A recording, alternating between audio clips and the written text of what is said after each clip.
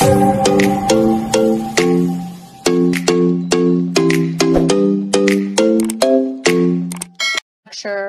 are a number of important things we want you to learn.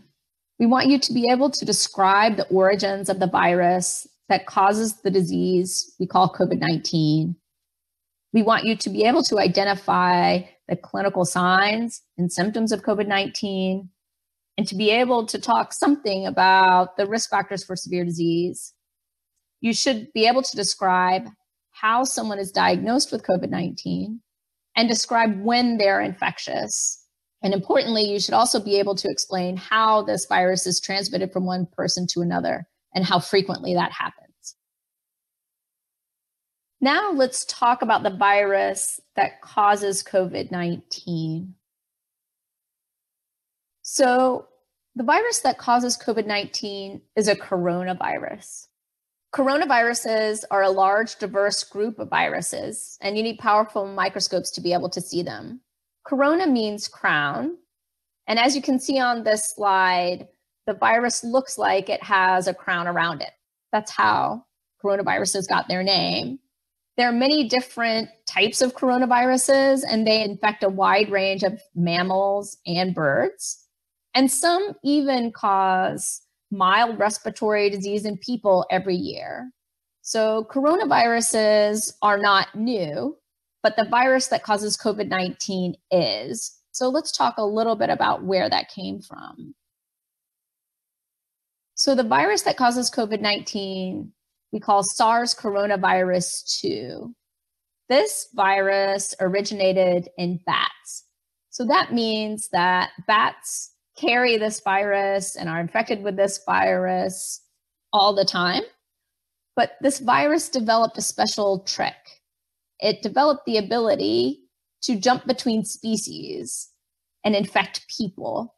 And then it developed another very special trick to be able to be transmitted between people. And that's how it came to cause the pandemic that we're experiencing now. So this kind of trick that some coronaviruses have also isn't new. So this is the third coronavirus that we know of since 2002 that has developed these same tricks. All of these coronaviruses also originated in bats, now infect people, and can be spread from person to person. So the first of these viruses was called severe acute respiratory syndrome, or SARS coronavirus, the first SARS coronavirus, and that emerged in Guangdong, China in 2002. The next virus to develop this trick was the Middle Eastern Respiratory Syndrome coronavirus, or MERS. That emerged in the Middle East in 2012 and still causes human infections and small outbreaks there. More recently, at the end of 2019, SARS coronavirus 2 emerged in Wuhan, China. And because the virus is similar to the virus that caused the first SARS coronavirus, it was named SARS coronavirus 2. Here you can see in yellow some SARS coronaviruses coming out of a cell. Viruses have to live in other cells, and then they replicate in those cells and go on to infect other cells in the body.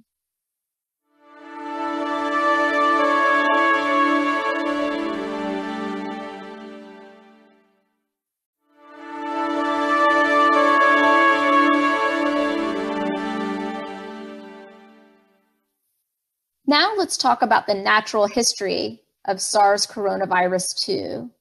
And by natural history, I mean what happens to someone when they get a SARS coronavirus 2 infection. So what does happen to someone after they're infected with SARS coronavirus 2? Well, many people get an illness that we call COVID-19. COVID-19 is short for coronavirus disease that emerged in 2019. And for short, we say COVID-19. So not everyone who gets infected with SARS coronavirus 2 gets sick. So not everyone develops signs and symptoms. However, if they do get sick, we're going to talk about what their signs and symptoms are. We would want to know how long they're sick. We'll talk about that as well. Importantly, we're going to talk about how long they can infect people and spread the virus, and where and how people shed the virus. So these are all the different components of what happens to someone when they're infected with SARS coronavirus 2. Let's talk next about signs and symptoms of disease. So you may have heard these words before, but it's important to define them so you know the difference between signs and symptoms. Signs of disease are objective measurements to characterize an illness or disease that can be observed during a physical exam. So, for example, temperature is a sign of disease because it can be measured by taking your temperature. Breathing faster than usual is also a sign because someone can count the number of times that you're breathing per minute and determine whether it's faster than usual. Symptoms are not something that can be objectively measured, but how the patient says they're feeling. So, for example, fatigue is a symptom because it's how someone is feeling. They're feeling very tired. Nausea is a symptom because it can't be measured. It's how someone is feeling. A loss of taste or smell is also something that someone reports. It's something that they're observing themselves, not something that can be observed during a physical exam. Muscle ache is the same. Fever can be both a sign and a symptom because it can be measured by someone else, and you can also feel when you have a fever. So it's important to keep these general definitions in mind.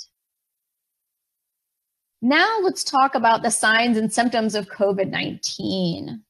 And this disease is unusual because it can cause such a wide variety of signs and symptoms.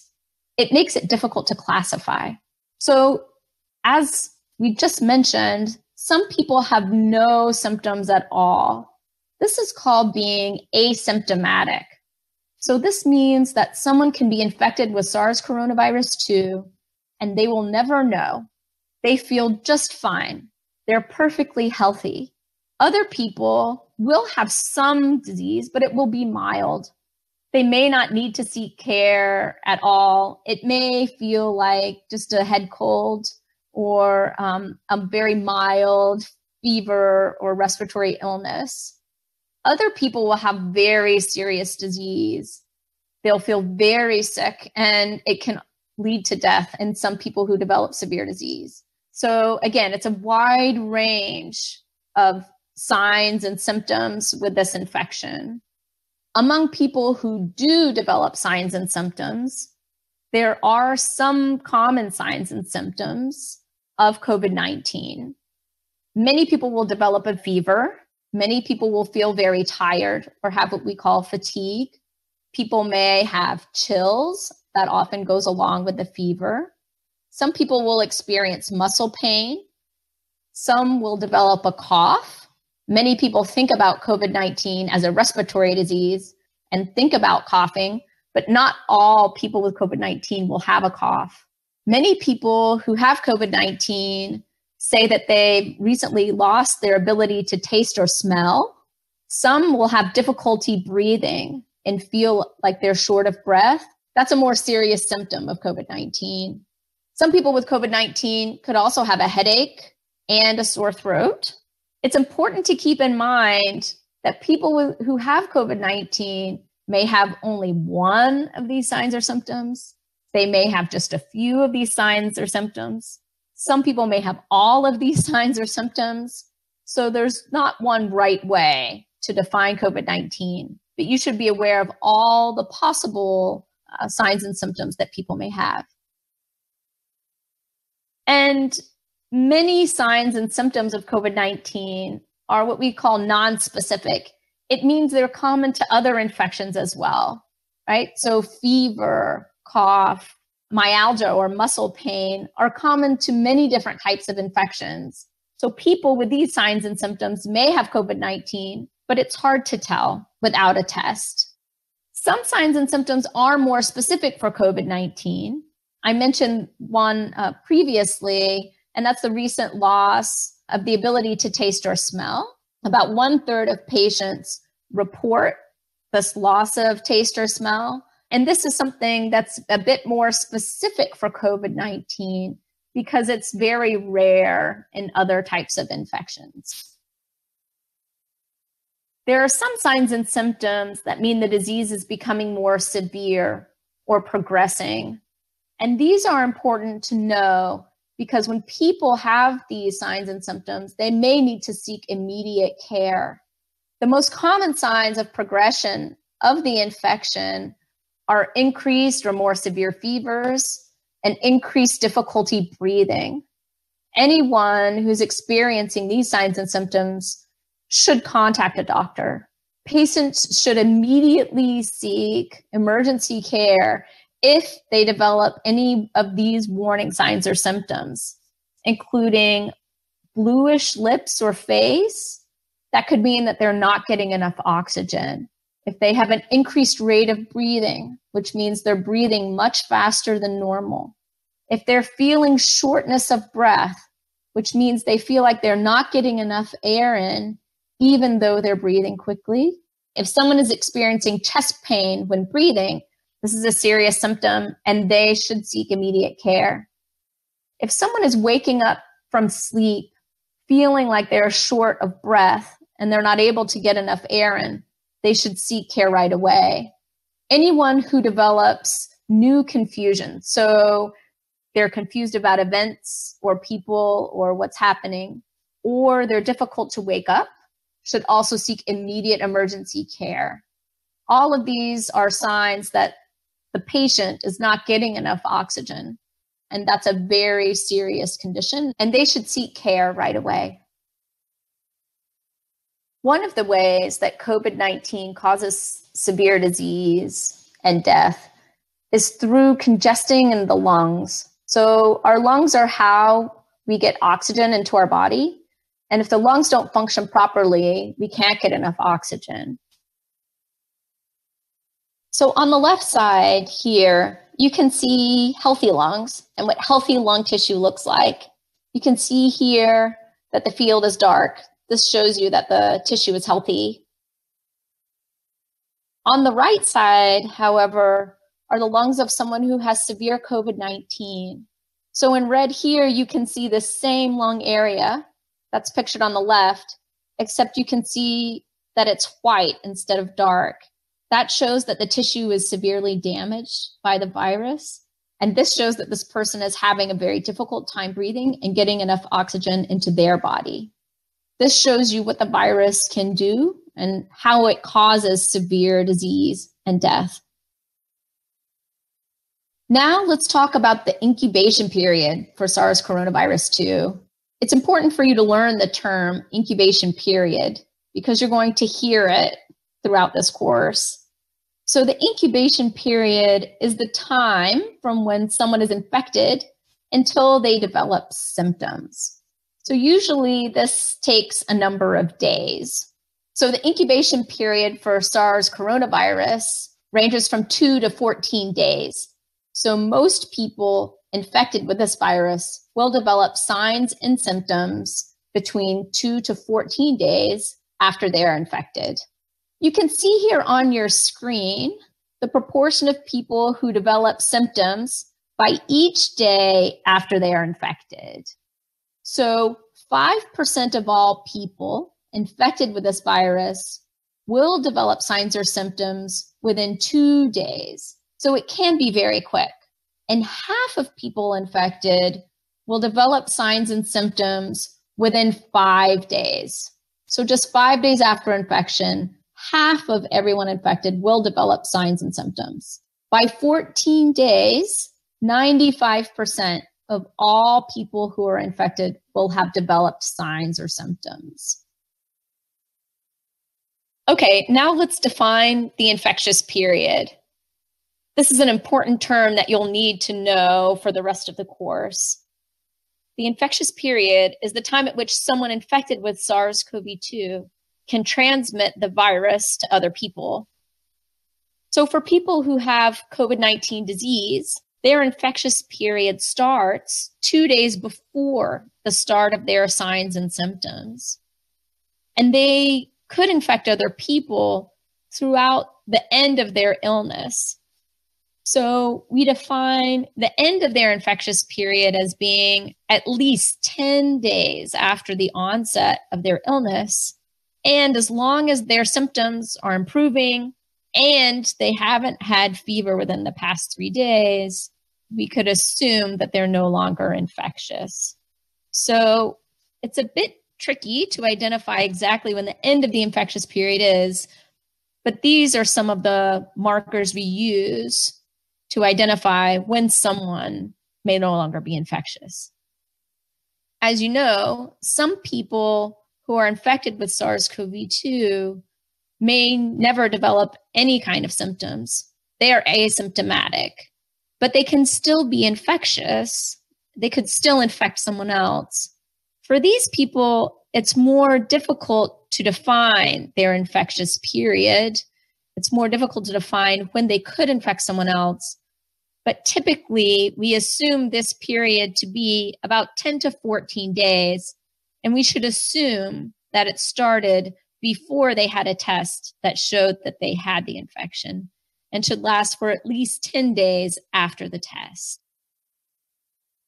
So now let's think about the timeline of infection using these new terms that we've learned, the incubation period and the period of infectiousness. So here first, we see that someone is infected by someone else, and then they enter their incubation period. So the person is infected, but they haven't developed signs or symptoms yet. They may not know that they're infected. Remember, this incubation period can range from 2 to 14 days, but on average is about 5 days. The incubation period here is represented in the orange line. At the end of their incubation period, again, which will be an average of 5 days, but can be up to 14 days, they will develop signs and symptoms of disease. So for people who have mild illness, that illness is going to last about 10 days. For people who have more severe illness, that can last 2 weeks or more. Now let's think about when that person is infectious, or when could they possibly transmit the virus to someone else. So you can see here in yellow that this person who developed signs and symptoms here on day 14 was infectious starting from day 12, and they are going to be most infectious on the first day of onset of symptoms, which would be around day 14. So on the day that they first notice that they're sick, the day they first start feeling badly, is the day that they are most infectious, or probably most likely to infect someone else. They can continue to be infectious throughout their signs and symptoms. This will be at least 10 days, possibly longer. Particularly for people who have severe disease, they're going to be infectious for much longer and through the duration of their illness. So it's important to remember here a few key things. People can infect others before they become sick, before they know they're sick, and particularly on the day that they're sick. And they can continue to be infectious and transmit to others throughout their illness period, as long as that illness period lasts. So that's going to vary from person to person, but will be at a very minimum 10 days.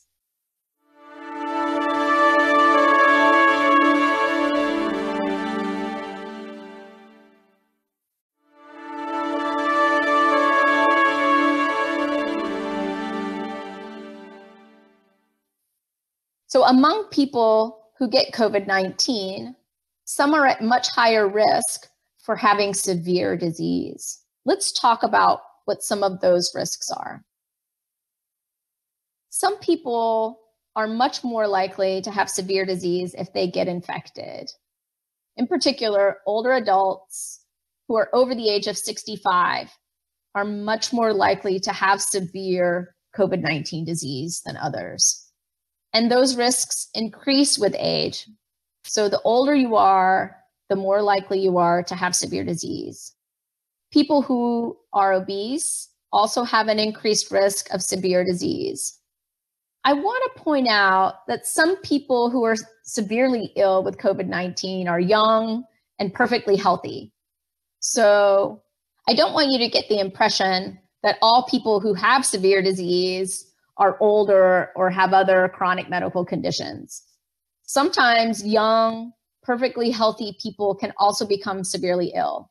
That's rare. It's a small proportion of infections, and children are very unlikely to be severely ill, but it does happen sometimes.